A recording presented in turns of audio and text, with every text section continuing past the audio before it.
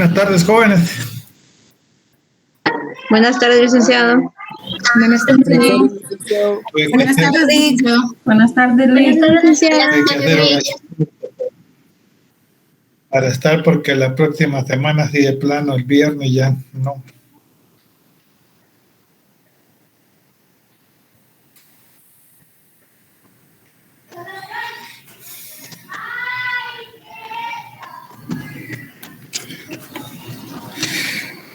Entonces, vamos a ver lo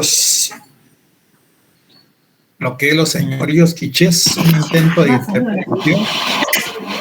Todavía tenemos algunos, fíjate que ayer todavía pudimos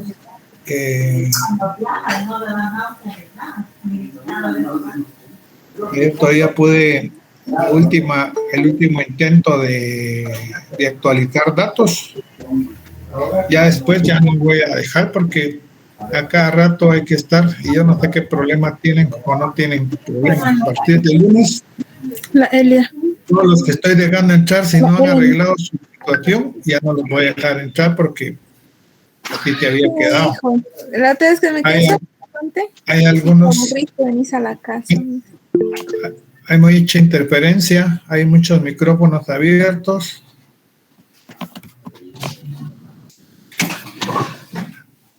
Entonces, ayer que estuvieron viendo los textos, ¿verdad? Ustedes, de esto de actualización, esto no lo digo yo, no, que me lo hizo el ingeniero. Algunos estudiantes solo tienen su correo, no se asignaron cursos, se asignaron mal. Entonces los que estoy dejando entrar deben verificar qué fue lo que pasó. Yo eso ya no es mi competencia, solo les digo que traten de solucionar ese tipo de situación, porque si no van a tener problemas algunos, ¿verdad? Ustedes, me estoy refiriendo a los que estoy dejando entrar. Los demás, pues no hay problema, están normales, pero algunos otros sí deben de verificar y preguntar por qué no los dejan ingresar, ¿verdad? Ustedes ya deberían de estar automáticamente en ese contexto, así que será la última vez, así que no me vayan a andar maltratando a mí por no dejarlos entrar, pero ustedes están malos, están mal su correo, o no sé qué es lo que tiene. Yo no sé, ¿verdad? Ustedes, la universidad ha jugado un papel mediocre hace muchos años debido a que se convirtió prácticamente en un botín político en las diferentes unidades académicas, y antes era la universidad un bastión muy fuerte para las luchas de carácter popular y reivindicar los derechos de la ciudadanía en general. Mañana hay un paro nacional. No sé si la facultad o la universidad irá a participar. Yo solo vi algunas unidades académicas como Ciencias de la Comunicación, Arquitectura y creo que otras dos más, que van a participar en el paro de mañana. El paro de mañana no es una situación que no nos atañe a nosotros, sino que es en general todo el ámbito en que se ha desarrollado la política en Guatemala, y que de alguna manera, pues, desafortunadamente nos vemos involucrados ahí tarde o temprano, especialmente por la ineptitud de muchos personajes en este ámbito y el manipuleo que de alguna manera se ha hecho con respecto a lo que es la pandemia, ¿verdad ustedes? Entonces la universidad no es ajena a este tipo de situación por el hecho de que también se va a ver afectada tarde o temprano, me imagino, en el orden de carácter económico por las malas administraciones que ha tenido, ¿no? Solo para mencionar algunas, la cuestión de la vacuna, ¿no? Ustedes, no puede ser que haya más donaciones de vacunas que lo que se llevó en dinero a ustedes por hacerlo tardíamente y porque la gente ha estado exigiendo que aparezca el dinero. Ahora ya aparece el presidente mencionando igual que la ministra, que van a renegociar un montón de situaciones de carácter adverso. Entonces, creo que la cuestión que detonó un poquito fue la salida especialmente del fiscal Sandoval. Puede ser que haya tenido sus errores como cualquier otra persona, pero creo que había un combate directo especialmente a ciertos sectores corruptos en Guatemala. Y recuerden que estos puestos como los fiscales son puestos a dedo, pues realmente por los gobernantes para poderles tapar la chamarra cuando salen del gobierno. Así que no sé, no les puedo precisar con exactitud si va a haber algunas situaciones de clases mañana. No estoy seguro, no nos han informado nada. De repente, posiblemente se dé este tipo de situación, pero creo que les estarán informando. Tal vez a última hora, porque el Consejo Superior sesiona hoy los días miércoles y no sabemos cuál es la disposición, ¿verdad? De todas maneras, si en caso fueran algunos por situaciones, hay que ir bastante protegido con sus mascarillas y su gel, ¿verdad? Y entrando propiamente en lo que es el tema del día de hoy, el capítulo se refiere a los señoríos quichés, especialmente durante esta época, un intento de interpretación. Habría que considerar que el reino quiché fue un estado especialmente del altiplano guatemalteco, establecido por los mayas quiché más o menos en el siglo XII-XIII. En el reino quiché se convirtió, digamos, en una de las civilizaciones más poderosas, especialmente de Mesoamérica. Fue hasta 1524, ¿va ustedes? Cuando llegaron los españoles, que fue conquistado por españoles, por algunos otros grupos, especialmente que acompañaban a los mexicanos, que eran los nahuas, y de alguna manera, con la ayuda especialmente de otro sector o de otro grupo que mantenía constantes luchas por el dominio, especialmente el territorio de Guatemala, que eran los quichés. Esta conquista se recuerdan que se llevó a cabo por don Pedro de Alborao, y los quichés siempre fueron un grupo muy guerrero, a ustedes, era su fuerte es la conquista y el sometimiento, especialmente de grupos más pequeños, ¿verdad? El poder del reino quiché tuvo su apogeo, digamos, en el cierto reinado que gobernaba, digamos, pueblos establecidos, especialmente en Humarcaja. Durante, digamos, su reino, los quichés subyugaron a pueblos como los sutuiles, que también parte de los cachiqueles, los mames, etcétera. Aunque los cachiqueles y sutuiles eran grupos bastante fuertes, poderosos, de todas maneras sucumbieron ante el dominio especialmente de los quiché en aquel entonces, ¿verdad? Dentro de los textos indígenas que tenemos, y hay algo muy importante, ¿verdad? Ustedes, que después de la conquista, digamos, hubo una transformación social. En una primera medida, los primeros habitantes que existían eran los indígenas. Con la llegada de los españoles y la conquista de estos, se transformó esencialmente las relaciones sociales.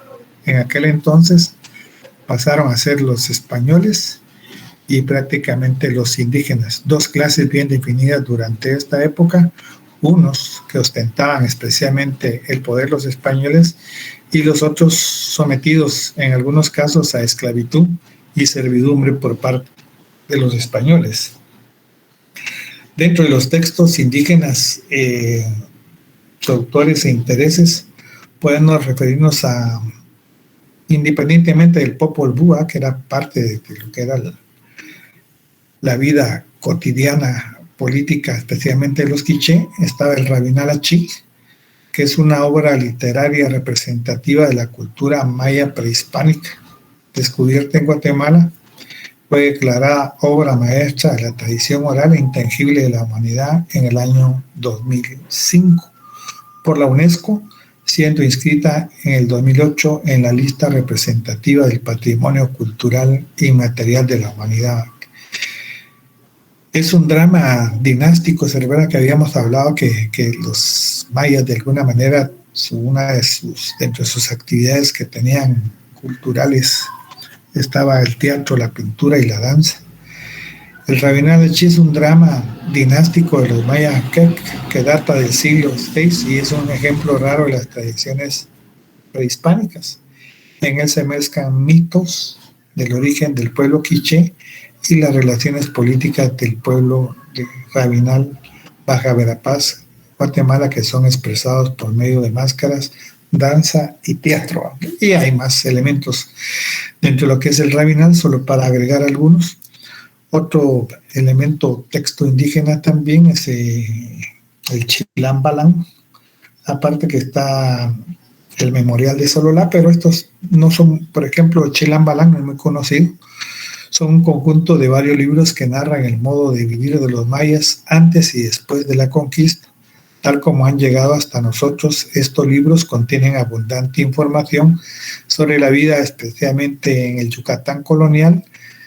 En este se nota, digamos, la influencia en que fueron escritos, la cultura especialmente española que los redacta. En lo básico, dejan constancia de las tradiciones religiosas de los mayas en aquel entonces y la mitología con que se refieren. Fue traducido al latín en el periodo colonial. Esto se toma el nombre del sacerdote gobernante Chilam Balán, que profetizó la llegada de los españoles, dentro del aspecto cosmológico, que decía que de alguna manera vendrán del cielo hombres barbudos, decía yo, barbudos, blancos, de ojos claros, y pues se cumplió, porque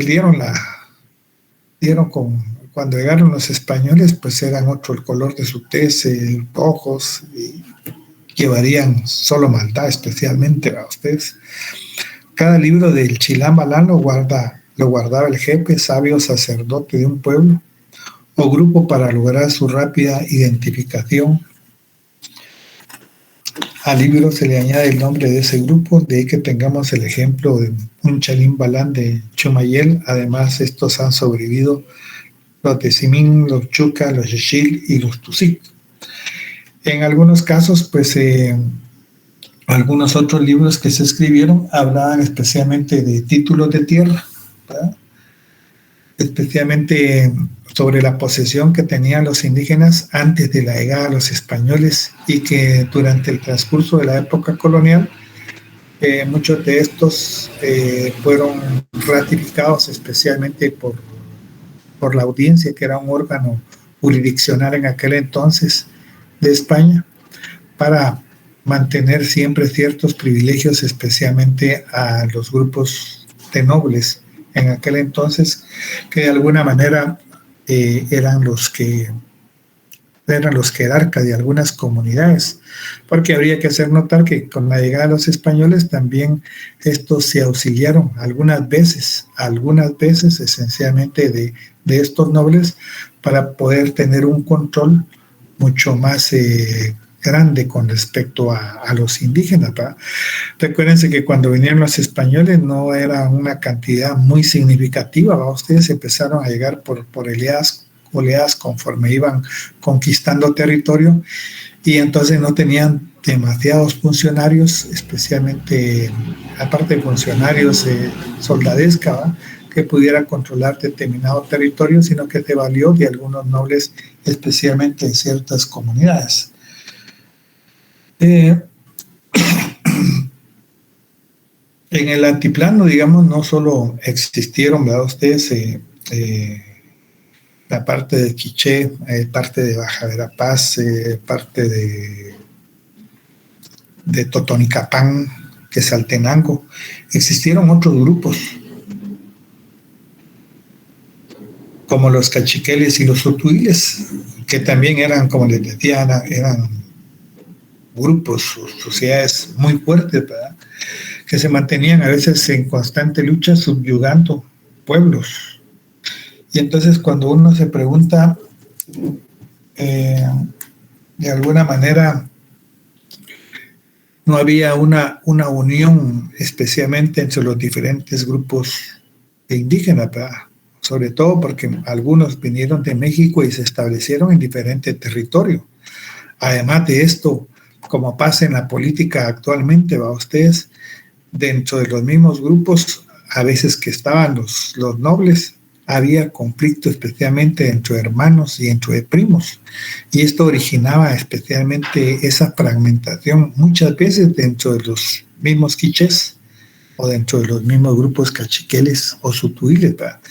Siempre hay ciertos individuos que quiere mantener en control, ¿verdad? Algo así como pasaba con los Arzúa, el papá, el otro deportista, pero a última hora después empezó a lanzarse a la palestra, y el otro hermano aparte, ¿va? Ustedes, cada quien quiere obtener una parte muy significativa con respecto a lo que es el poder, ¿verdad? Entonces, esto queda.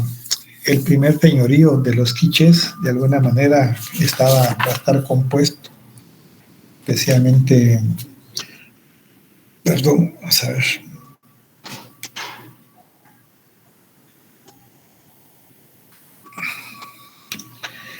El primer señorío quiché va a estar compuesto especialmente por 3 ramas: Nima Quiché, Tamú e Ilucap.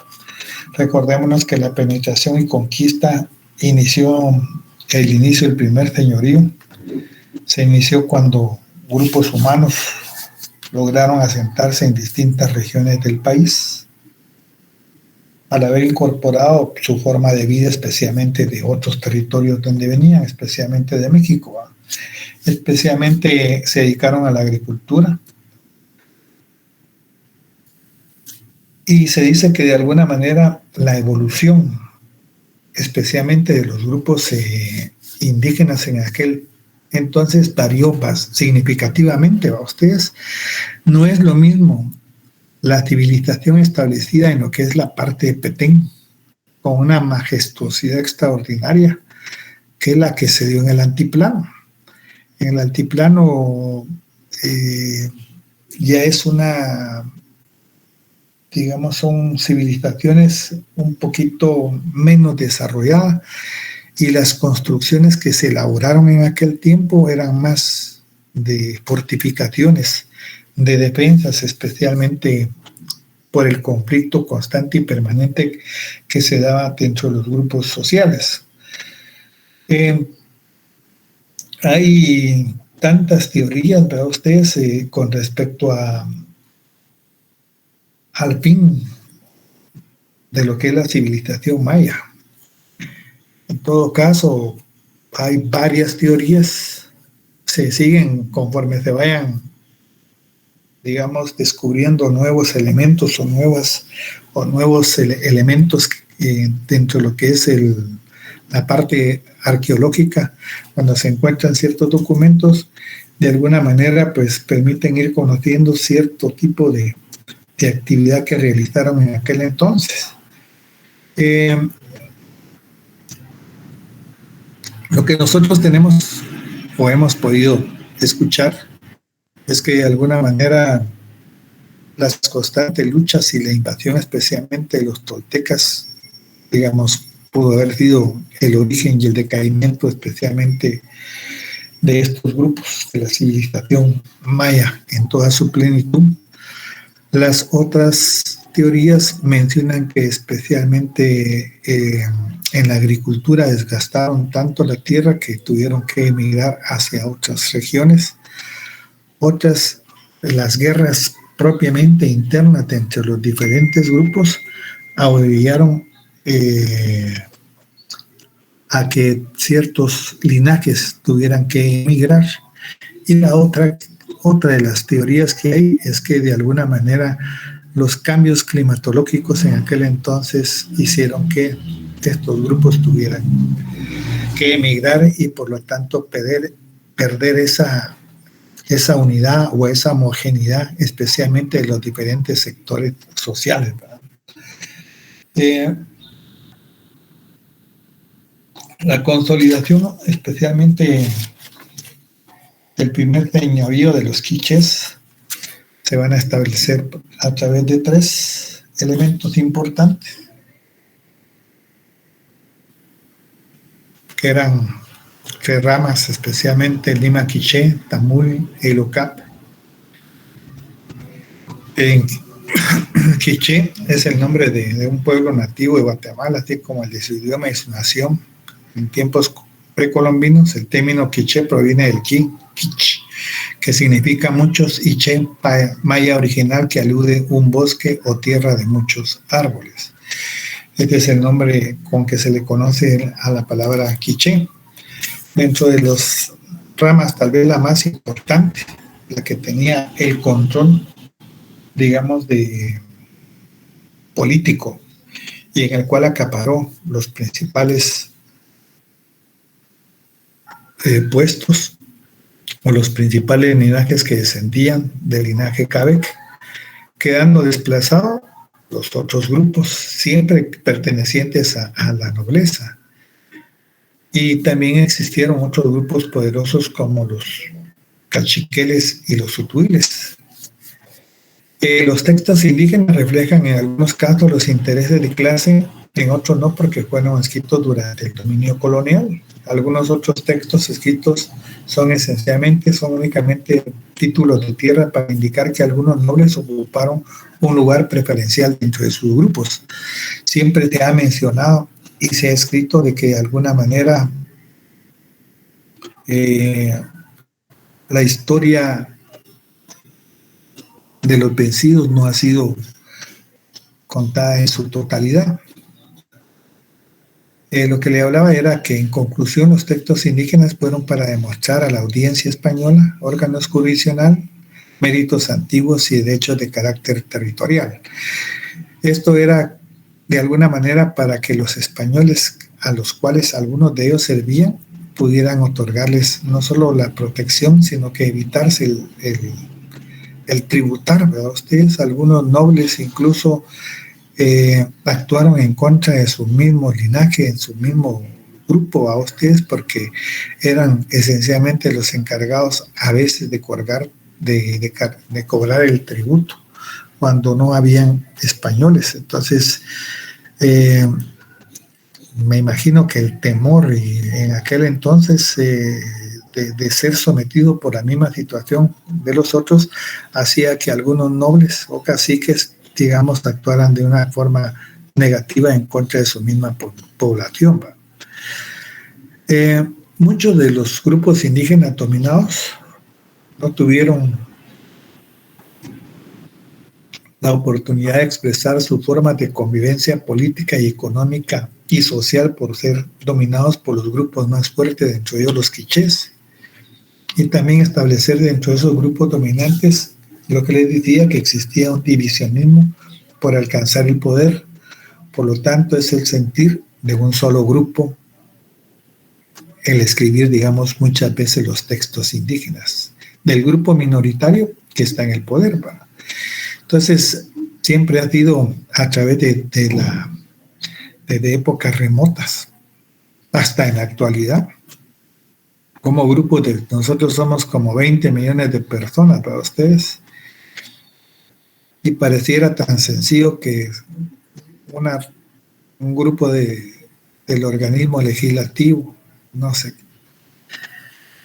el presidente y sus funcionarios puedan manejar a una nación de una manera poco eficaz para ustedes.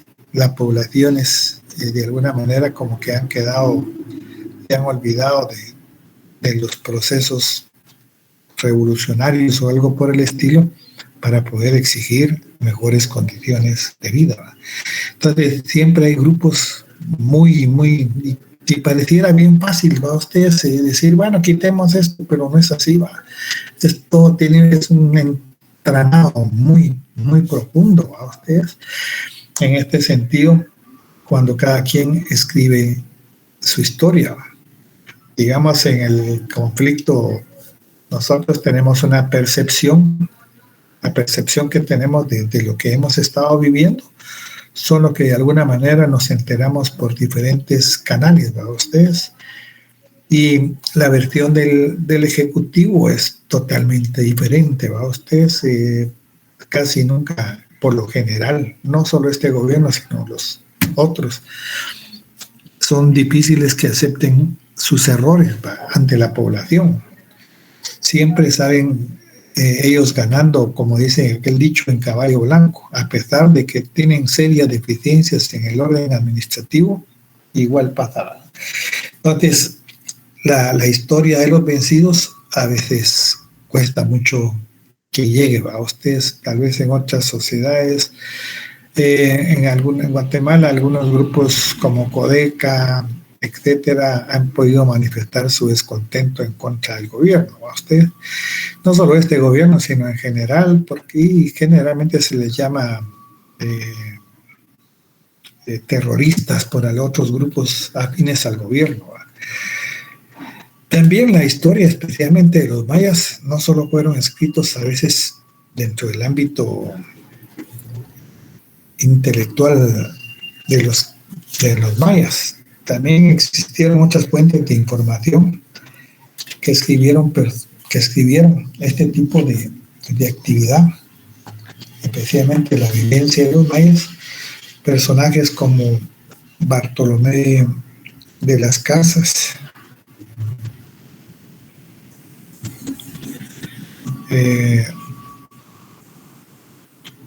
Francisco Fuentes y Guzmán, y frailes, los dos primeros, y encomendero el segundo. Encomendero es aquella persona que en un momento determinado se le otorgan determinada cantidad de indígenas y tierras, especialmente para que puedan explotarlos, ¿verdad? En aquel entonces. Es de recordar que Fray Bartolomé de las Casas en un momento determinado había sido también encomendero, pero debido a las condiciones en que se encontraban especialmente los indígenas, de alguna manera cambió su forma de convivencia y se convirtió prácticamente en un sacerdote, ¿va? Entonces, personajes como estos son los que de alguna manera se establece en este tipo de elementos. Hay, digamos, algunos aportes que hace cada quien con respecto a las obras alcanzadas.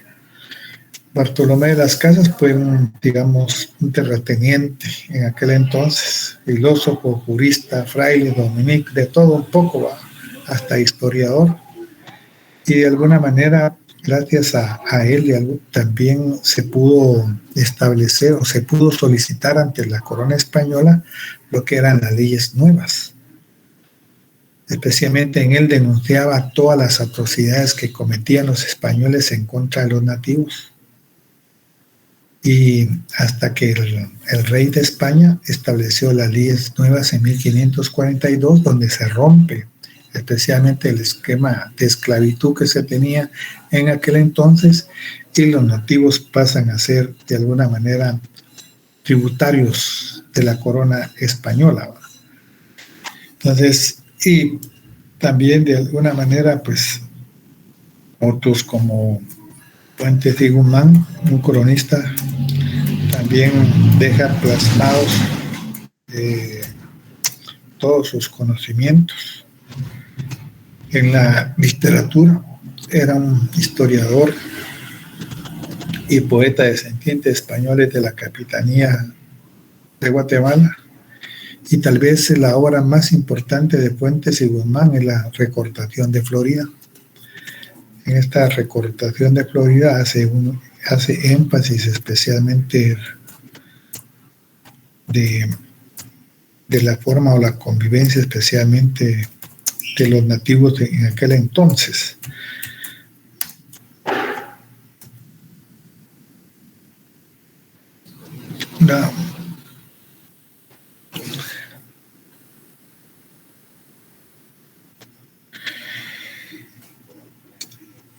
Los tres personajes aquí reflejan intereses particulares, pero también su aporte es ayudar a entender la transformación social que sufrieron los distintos señoríos que imperaban en Guatemala. La conquista transforma la estructura social prehispánica y a implantar nuevos sistemas de explotación con nuevas formas de organización y creencia.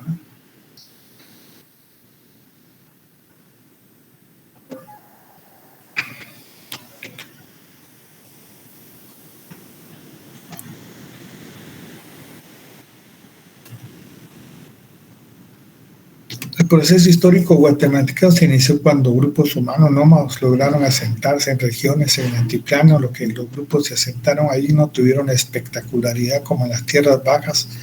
La civilización maya llegó a su fin en el año 10 para ustedes. Los toltecas dominaron los grupos establecidos en el altiplano, cachiqueles, mames, etcétera. No eran tan numerosos los toltecas, pero eran, digamos, gente dedicada especialmente y continuamente a lo que era la guerra, y una religión que servía para aterrorizar a los pueblos. Su afán era la riqueza de otros. Es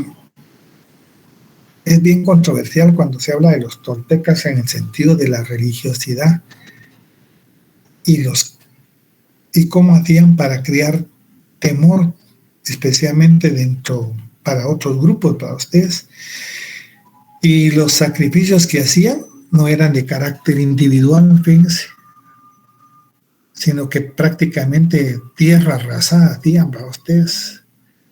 Y esto mataban colectivamente, o sea, para no dejar, digamos, alguna huella que pudiera más adelante rebelarse en contra de ellos y al mismo tiempo crear temor, a modo de que otros pueblos que iban a ser subyugados lo hicieran pacíficamente a ustedes.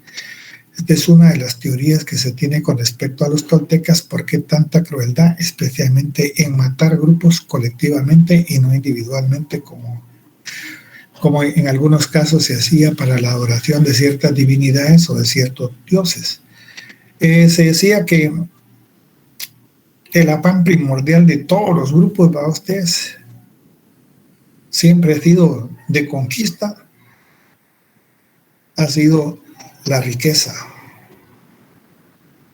en cualquier situación que se da, incluyendo cuando vinieron, me estoy refiriendo a los toltecas, México, a ustedes, porque cuando se hace la conquista y colonización en Guatemala, de la misma manera, cuando llegaron los españoles, llegaron con aquellas ideas de que iban a llevar la evangelización a aquellos pueblos que desconocían el cristianismo. A ustedes nos llamaban antiguamente paganos a aquellas personas que no creían en Cristo, pero que iban a conocer a Cristo si estas eran otras regiones habitadas por otros individuos. Entonces, cuando impusieron la religión, especialmente los españoles, lo hicieron de una forma brutal y violenta, con aquellos que no aceptaban el poder de la corona española y la religión. Se les declaraba la guerra, se les tomaban sus propiedades y sus mujeres para ustedes. Esto es la llegada especialmente de la religión, especialmente a estos territorios, que es de otra, también todavía harina de otro costal para ustedes, pero era una forma de cómo se implementó de alguna manera este tipo de situación. Los toltecas justificaban invasiones porque decían que eran grupos de malos e envidiosos, incitaban a la discordia, pero en realidad lo que buscaban era explotarlos y hacerse de su riqueza. La riqueza de aquellos países no se manifestaba en la abundancia de oro o plata a ustedes. Existía en cantidades mínimas para ustedes, pero la verdadera riqueza era subyugar especialmente a estos pueblos y que trabajaran o tributaran para ellos. Porque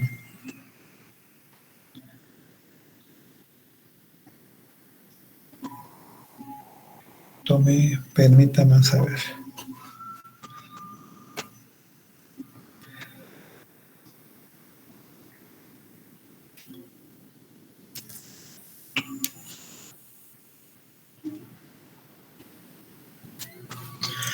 ya muy tarde. Vamos a ver. Hay una muchacha que quería entrar, pero no aparece ninguna invitación. Entonces lo que les decía era que la riqueza era que los pueblos que subyugaban, con los mames, los ichiles, los pocomán, etcétera, trabajaban para ellos. Esa era la riqueza, eran tributarios especialmente. De épocas antiguas ya podemos manifestar todo este tipo de dolor.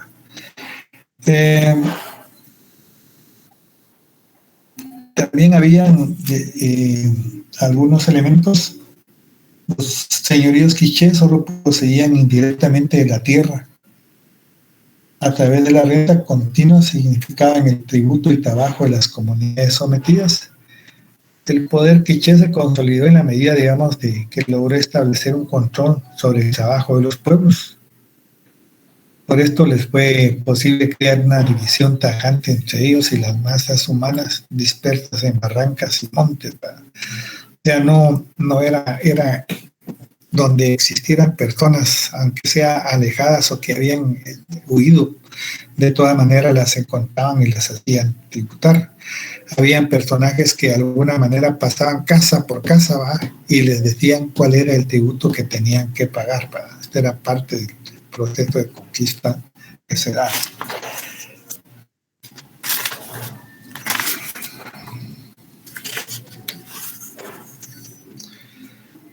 Penetración, todos sabemos que el proceso histórico guatemalteco se inició, esta era de la última, pero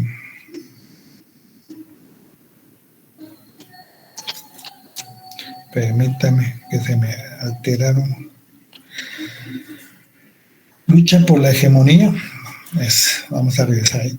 Durante el siglo XVI se consolidó, digamos, el señorío quiché, pero no había terminado aún de imponer su hegemonía cuando ya tenía problemas.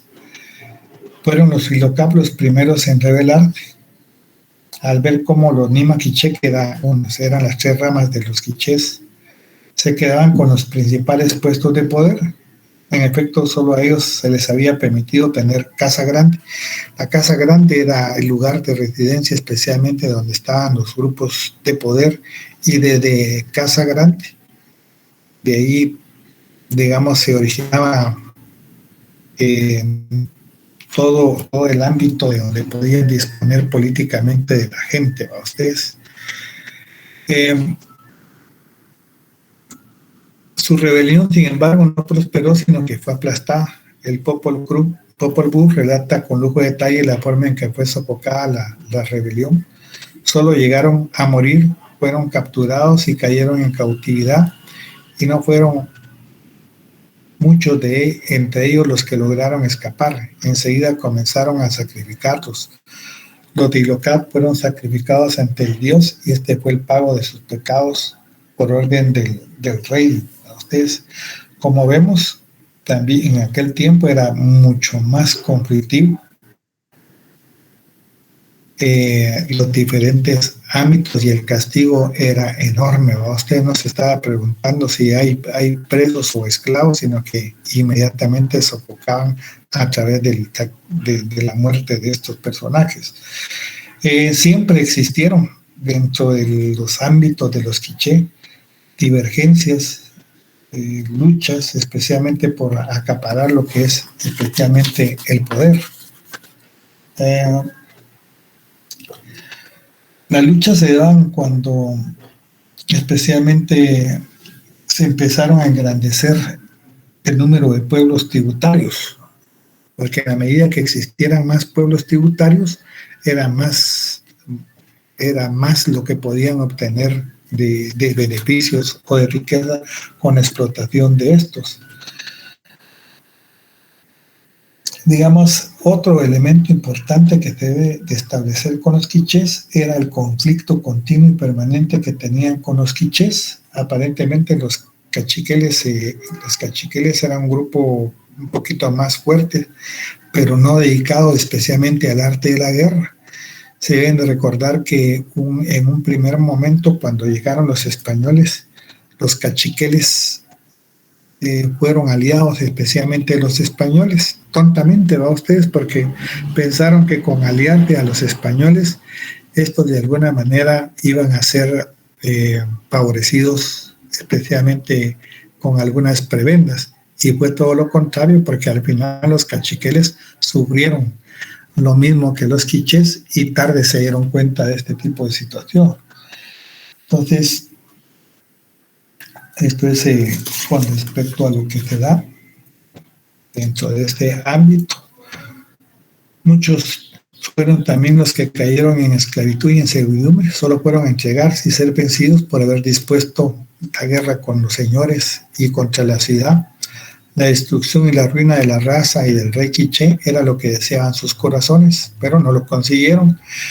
Allí, digamos, creció el temor a su Dios, sentían terror y se llenaron de espanto todas las tribus grandes y pequeñas que presenciaban la llegada de los cautivos, los cuales eran sacrificados y matados por obra del señorío del rey Cotuta, del rey Itzayul y del Naquib y Ajau quiché. No había pasado mucho tiempo esta sublevación cuando nuevamente surgieron discordias entre el sector dominante quiché por el acaparamiento del poder.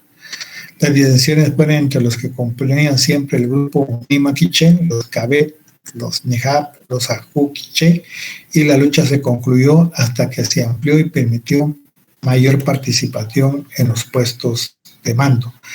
De alguna manera, si no lo hubieran hecho así, hubieran tenido serios conflictos, especialmente en su tiempo, a ustedes.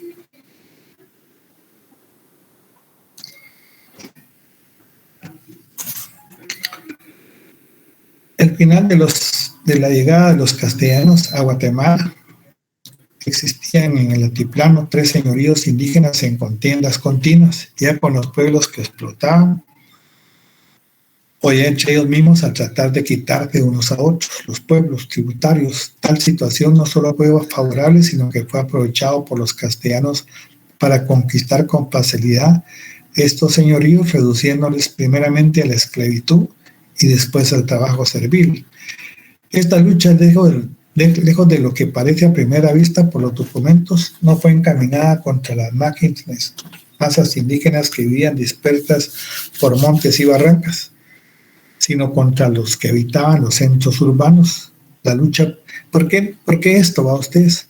La gente que vivía en los centros, en los montes y barrancas, estaban en una condición paupérrima, ustedes no podían, no poseían armas, y a ellos igual les iba a dar, porque el grado de sometimiento y de explotación que eran sometidos no tenía ningún significado luchar en contra de los españoles, y los españoles lo sabían porque de alguna manera estos no representaban ningún peligro y tampoco tenían armas para ustedes. La lucha fue entonces, por lo mismo, fue más bien entre las soldadescas que habitaban los poblados. Únicamente partieron los hombres de la ciudad, dice el memorial de Sololá, y los castellanos auxiliados estos últimos por indígenas tlaxtecas mexicanos. La población de la mayoría de las comunidades agrarias al principio estuvo propiamente al margen. Su lucha y oposición comenzó hasta que sobre ellos recayó no solo la explotación de sus antiguos dominadores, sino que también la de los nuevos conquistadores. La reducción de los naturales a poblados fue una política que hizo aflorar el verdadero sentido de la tenencia de la tierra prehispánica. La tierra con la conquista comenzó en efecto a tener dueños directos, no indirectos como era. El reconocimiento de los caciques por parte de la audiencia española no significó otra cosa que el de adjudicarles en propiedad a la antigua clase dominante parte de la tierra que había estado bajo su jurisdicción cuando eran señoríos. La conquista hispana en Guatemala vino a ser más benigna con la mayoría de los sectores dominantes prehispánicos que lo que ellos habían sido cuando conquistaron el altiplano. La mayor parte de ellos, en efecto, conservaron sus antiguos privilegios y llegaron a constituir lo que se le denominó la aristocracia nativa. que fundiendo sus intereses con la aristocracia criolla prosiguió dedicada a la explotación de la mayoría de los naturales. Aquí, digamos, cuando llegaron los españoles, lo que se hizo fue una reducción de pueblos indígenas. En estos reducción de pueblos indígenas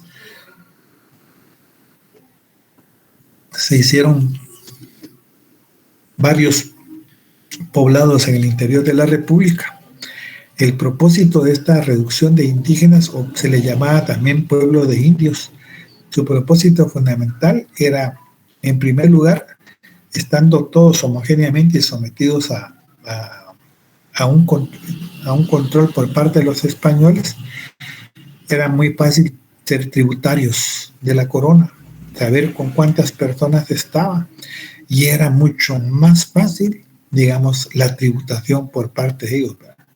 Entonces los pueblos de indios eran prácticamente reducciones de poblados que se establecían en un mismo control.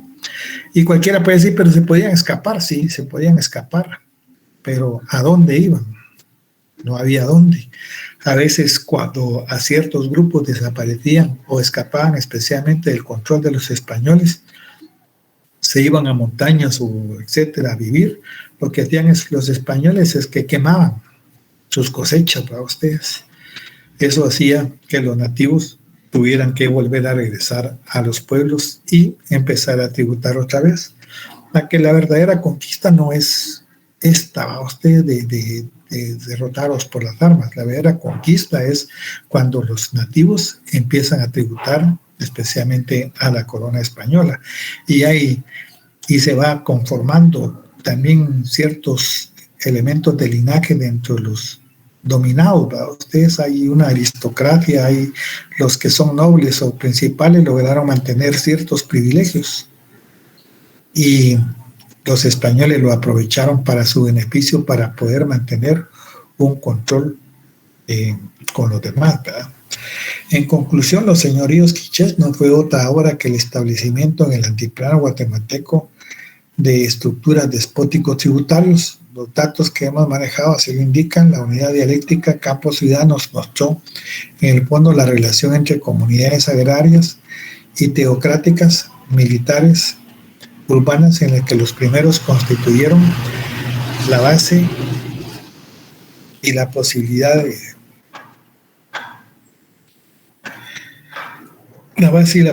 ser los segundos. Con la conquista castellana, tal unidad dialéctica se transforma al implantarse predominantemente por un lado la propiedad privada de la tierra, disminuyéndose consecuentemente las tierras para el común de las gentes, y por otros al establecer la obligación de los naturales, exceptuando a los principales, a trabajar en las tierras de los nuevos poseedores. La relación ya no fue entonces tributaria, sino servil. Los señoríos quiché desaparecen y se inicia el proceso histórico del país llamado, en todo caso, la patria del criollo. A ustedes, la patria de los españoles, de los hijos de españoles nacidos en Guatemala. Y esto es de los restos que quedaron especialmente en Guatemala, de los antiguos grupos de quiché, ¿verdad? Más o menos sus cementerios. Todavía en parte en Antigua, cuando nosotros miramos parte de su arquitectura, todavía se siguen manteniendo ciertas líneas, ¿verdad?, de conservación para mantener, digamos, la forma en que fueron enterrados sus habitantes, y en otra forma la estructura colonial que se estableció en aquel entonces. Como vemos, los señoríos quichés fueron un grupo o un sector muy dominante en aquella época, que especialmente tuvo su predominio, especialmente en todo el territorio, en la mayoría del territorio del altiplano guatemalteco, y que de alguna manera pues también terminó por ser conquistado especialmente por los españoles, por la división especial dentro de los diferentes sectores o grupos indígenas en aquel entonces. Cuando vinieron los españoles, lo que encontraron fueron sociedades totalmente divididas. Digamos, el grupo, digamos, ese de indígenas eran bastante numerosos en algunos poblados, por ejemplo, como Humacá, ¿verdad? Ustedes tenían como unos 15,000 habitantes, ¿verdad? Y así, entre otros sectores, era una población muy significativa para poder derrotar a los españoles. Pero los españoles eran, aparte de políticos, eran dados especialmente en lo que es la guerra. Y habían elementos muy, pero muy significativos, especialmente durante el proceso de conquista que los españoles pudieron implementar. Primero, la división, especialmente entre los diferentes sectores indígenas, el aprovechamiento de ciertos grupos indígenas para beneficiarse, especialmente durante este proceso, porque conocían las regiones, para ustedes es fácil.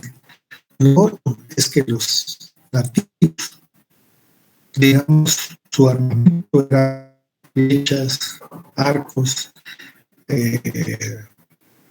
ondas, serpentinas, etcétera, muy primitivo a ustedes. Cuando vinieron los españoles, ustedes se pueden imaginar, traían cañones, mosquetes, pistolas, traían las espadas, eran de acero a ustedes, y un elemento importante que le permitía movilizarse con mayor prontitud eran caballos para ustedes. Entonces, ustedes se pueden imaginar cuando sonaban los cañones en aquel entonces, creaba dentro de la población indígena una singularidad de temor muy terrible. Y eso hacía que de alguna manera huyeran a ustedes.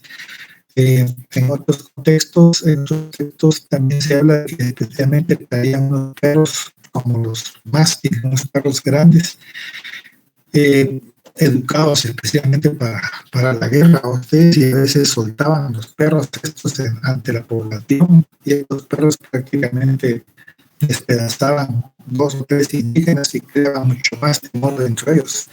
O sea que los españoles fueron hábiles, supieron aprovechar las debilidades, especialmente de los grupos indígenas establecidos durante esa época, y que de alguna manera, pues, su propio afán de identificarse como grupo individual representó la división entre los demás grupos de los demás estados que se establecieron. Y esta es parte, digamos, entre lo que es los textos indígenas, parte de lo que te habla incluso en el pueblo, conforme que fueron establecidos el nacimiento, las conquistas, y como hombres que venían de otros territorios iban a someterlos a este sufrimiento. Entonces, esto es un tema muy corto, y ya lo que nosotros conocemos un poquito más ya va a ser el carácter y descubrimiento de América. Todos sabemos que esta empresa fue una situación llevada especialmente por comerciantes y navegantes durante que su carácter fue eminentemente comercial para ustedes, porque lo que ellos buscaban era esencialmente el aprovechamiento o intercambio de ciertos productos que España en un momento determinado no te había dado a ustedes.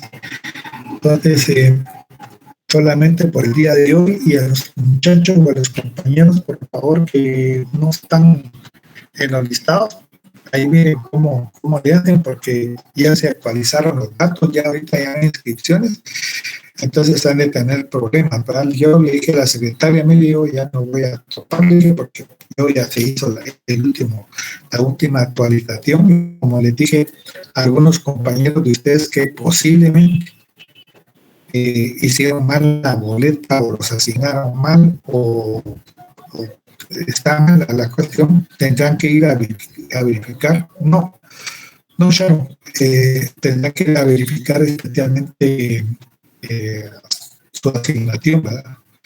El tema que veremos la próxima semana será el carácter del descubrimiento de América, ¿verdad? Ustedes, y por favor siempre estén atentos, ¿verdad? No sabemos si la USAC se va a pronunciar mañana con respecto al paro nacional.